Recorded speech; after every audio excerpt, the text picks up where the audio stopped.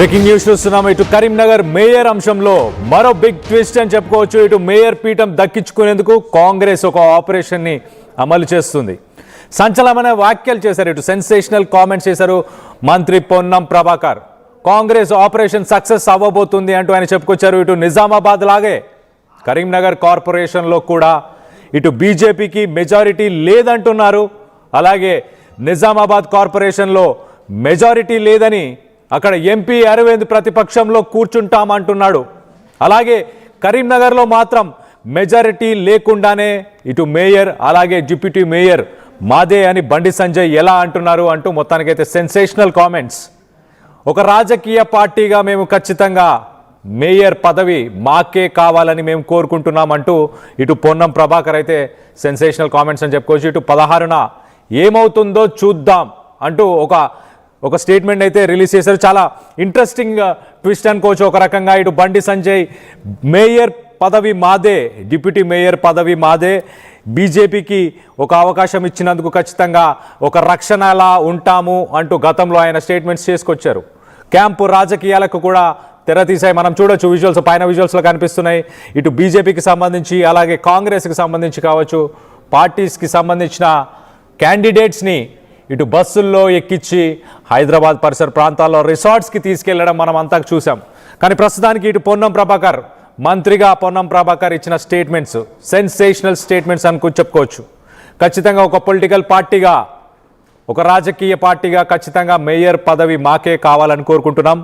16న ఏమవుతుందో చూద్దామంటూ ఒక సస్పెన్స్ని అయితే ఆయన ముందుంచే ప్రయత్నం చేశారు. ఒక్కసారి పొన్నం ప్రభాకర్ ఏం మాట్లాడారో ఆయన మాటల్లోనే వినే ప్రయత్నం చేద్దాం. మాత్రమే నిధులు.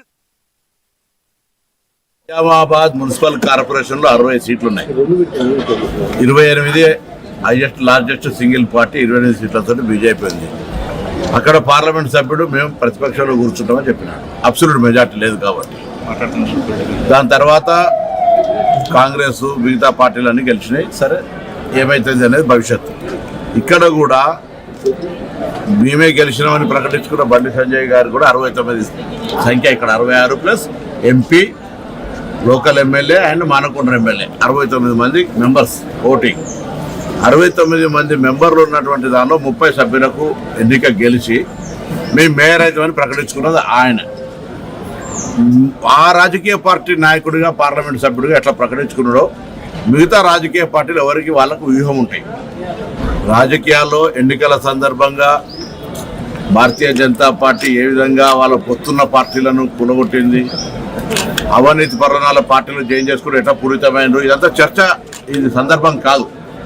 కానీ ఒకటి మాత్రం చెప్తాను, తప్పకుండా పొలిటికల్ పార్టీగా గతంలో కూడా కరీంనగర్ మేయర్కు మేము 13 సీట్లు గెలిచినప్పుడు కూడా మేము మేయర్ అయినాం కరీంనగర్కి సంబంధించి.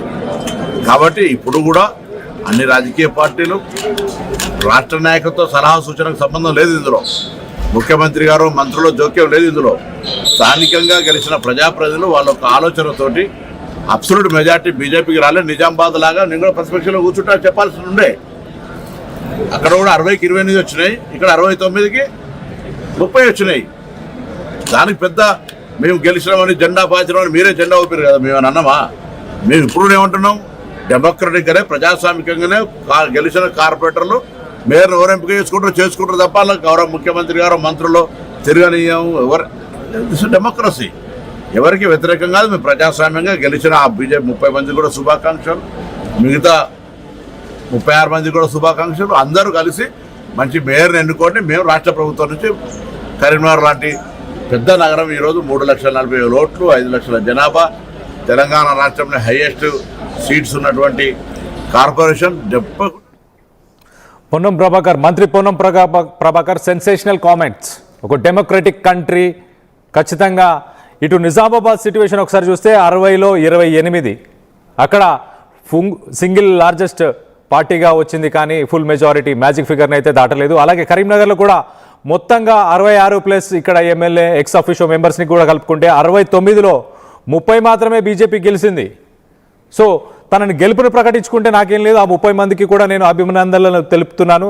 ఖచ్చితంగా ఒక పొలిటికల్ పార్టీగా ఖచ్చితంగా మేము మేయర్ పదవిని మేము కూడా కావాలని అనుకుంటాం అంటూ ఆయన చెప్పుకొచ్చే ప్రయత్నం చేశారు. మొత్తానికైతే మరి ఏదైనా చేసే అవకాశాలు ఉన్నాయా? మేయర్ పీఠం దక్కించుకునేందుకు కాంగ్రెస్ ఏదైనా ఆపరేషన్ని మొదలుపెట్టిందా?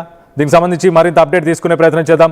ఇటు మా ప్రతినిధి చంద్రశేఖర్ అందుబాటులో ఉన్నారు. చంద్రశేఖర్తో మాట్లాడి తెలుసుకునే ప్రయత్నం చేద్దాం.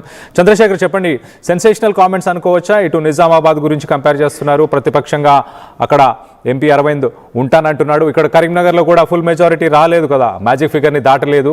ఎక్స్ ఆఫీషియో మెంబర్స్ని కలుపుకుంటే మ్యాజిక్ ఫిగర్ని దాటలేదు కాబట్టి బీజేపీకి మెజారిటీ లేదు. ఒక డెమోక్రటిక్ కంట్రీ ఖచ్చితంగా.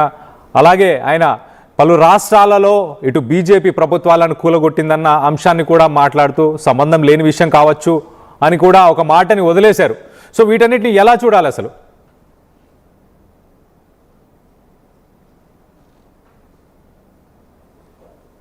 జరిగినటువంటి ఎన్నికల్లో ఒకవైపుగా స్పష్టమైనటువంటి మెజారిటీ కాంగ్రెస్ పార్టీకి చాలా ప్రాంతాల్లో వచ్చినాయి, మెజారిటీ స్థానాలు దక్కించుకుంది. అయితే నిజామాబాద్ కార్పొరేషన్, కరీంనగర్ కార్పొరేషన్ సంబంధించి కాంగ్రెస్ కు చుక్కెదురై బీజేపీ సింగిల్ లార్జెస్ట్ పార్టీగా అవతరించినటువంటి పరిస్థితి మనం గమనించవచ్చు. అక్కడ నిజామాబాద్ ఎంపీ ధర్మపుర అరవింద్ ఒక ప్రకటన చేయడం జరిగింది. మాకు సరిపోయేటువంటి స్థానాల్లో కార్పొరేటర్లు మేము లభించలేదు కాబట్టి ప్రతిపక్షంలో కూర్చుంటాము, డిసిప్లిన్ అనేది ఇంపార్టెంట్ అనే స్టేట్మెంట్ ఇవ్వడం జరిగింది. అదే విషయాన్ని కంపేర్ చేసుకుంటూ అందరూ ఎన్నికైనటువంటి కార్పొరేటర్లకు, ముఖ్యంగా భారతీయ జనతా పార్టీ కార్పొరేటర్లు 30 మందికి శుభాకాంక్షలు తెలుస్తూనే ఏదైనా జరగవచ్చు. రేపు మేయర్ పీఠానికి, డిప్యూటీ మేయర్ పీఠానికి జరగబోయేటువంటి ఎన్నికల్లో ఏదైనా జరగవచ్చు అని చెప్పేసి పొన్నం ప్రభాకర్ తనదైన స్టైల్లో చెప్పడం జరిగింది. అంటే ఇప్పటికే ఒక ఖచ్చితమైనటువంటి పావులు కలుపుతున్నారు. కాంగ్రెస్ పార్టీకి చెందినటువంటి 14 మంది కార్పొరేటర్లు, ఎంఐఎం సంబంధించినటువంటి 3 మంది అక్కడ కార్పొరేటర్లు హైదరాబాద్ లోని శివారు ప్రాంతంలో ఒక రిసార్ట్స్ లో క్యాంపు రాజకీయాలు నడుస్తున్నాయి. దీనిలో ముఖ్యమంత్రి రేవంత్ రెడ్డి చాలా సీరియస్ గా ఎఫర్ట్స్ పెట్టడం జరిగింది.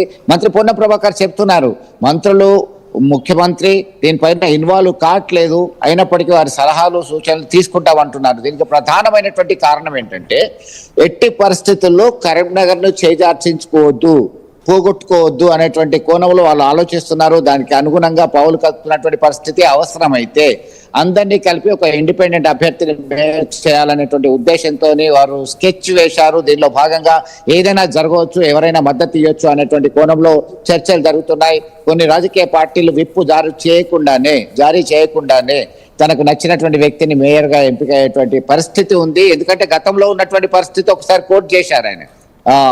13 మంది 50 డివిజన్లు ఉండే, అప్పుడు 50 డివిజన్లకు గాను 13 స్థానాల్లో మాత్రమే 13 మంది కార్పొరేటర్లు మాత్రమే కాంగ్రెస్ పార్టీ కైవసం చేసుకున్నప్పుడు మేయర్ పీఠాన్ని మేము కైవసం చేసుకున్నాం అనేటువంటి ఇండికేషన్ ఇస్తున్నటువంటి పరిస్థితి.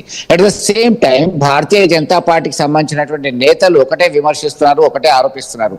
మంత్రి పొన్నం ప్రభాకర్ 13 మంది ఉన్నారు 50కి అప్పుడు గతంలో, అయినా మేయర్ పీఠం దక్కించుకున్నామని చెప్పి వారు చెప్తున్నారు.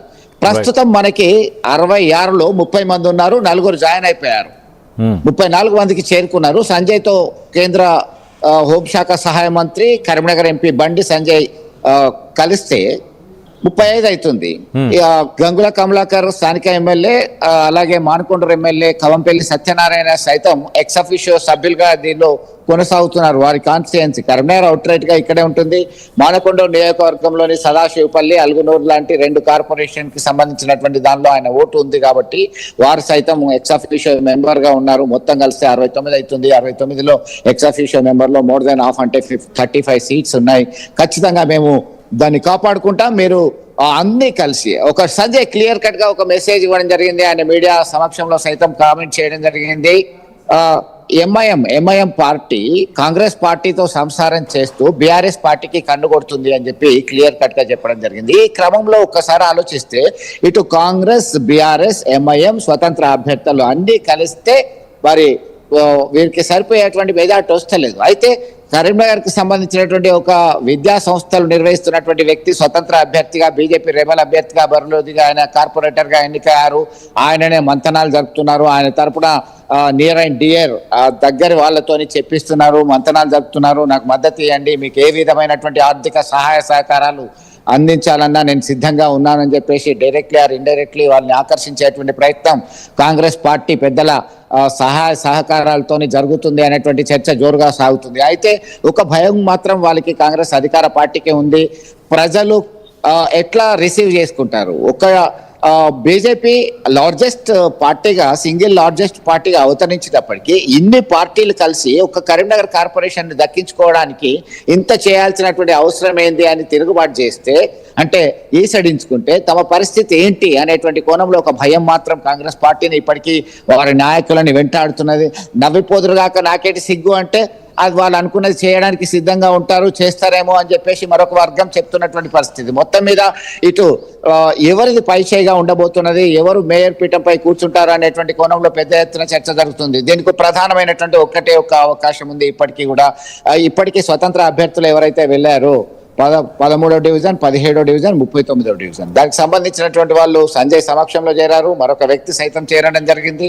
ఎన్నికల ఫలితాలు వెల్లడైనాక ఇద్దరు జాయిన్ అయ్యారు, నిన్న ఇద్దరు జాయిన్ అయ్యారు. దీనిలో భాగంగా ఇందులో బీజేపీ రెబల్ క్యాండిడేట్ ఇద్దరు ఉన్నారు, మొత్తం మిగతా ఇద్దరు, అంటే ఓవరాల్ గా 34 చేరింది. 34 చేరినటువంటి క్రమంలో ఖచ్చితంగా మాకు మాత్రమే బలం ఉంది, మాకు మాత్రమే అవకాశం ఉంది అని చెప్పి కేంద్ర హోంశాఖ సహాయ మంత్రి బండి సంజయ్, అలాగే బీజేపీ రాష్ట్ర నాయకత్వం సైతం ఒక కాన్ఫిడెన్స్ తో ఉన్నటువంటి నేపథ్యంలో అయినను ఇంత ఈజీగా వారు వదిలిపెట్టుకోవడానికి సిద్ధంగా లేదు. ఏదైనా జరగవచ్చు, ఏదైనా ప్రలోభాలకు గురిపెట్టేటువంటి అవకాశం ఉంది. భారతీయ జనతా పార్టీకి సంబంధించిన కార్పొరేటర్ని ఎవరైనా లాగుతారా, ఆపరేషన్ ఆకర్ష్ లాగా మొదలు పెడితే వారికి కావాల్సింది ఏంది, మీకేం కావాలి, మాకు ఇది ఓటు ఇవ్వండి అనేటువంటి కోణంలో ఆకర్షించే ప్రయత్నాలు జరుగుతున్నాయి. దీనిలో భాగంగా నువ్వా నేనా, పందెం ఎవరిది, భారతీయ జనతా పార్టీ కైవసం చేసుకోబోతుందా, కాంగ్రెస్ పార్టీ నేతృత్వంలోని అలయన్స్ కైవసం చేసుకోబోతుందా అనేటువంటి కోణంలో పెద్ద ఎత్తున చర్చ జరుగుతుంది. ఆసక్తికరమైనటువంటి ఉత్కంఠ అయితే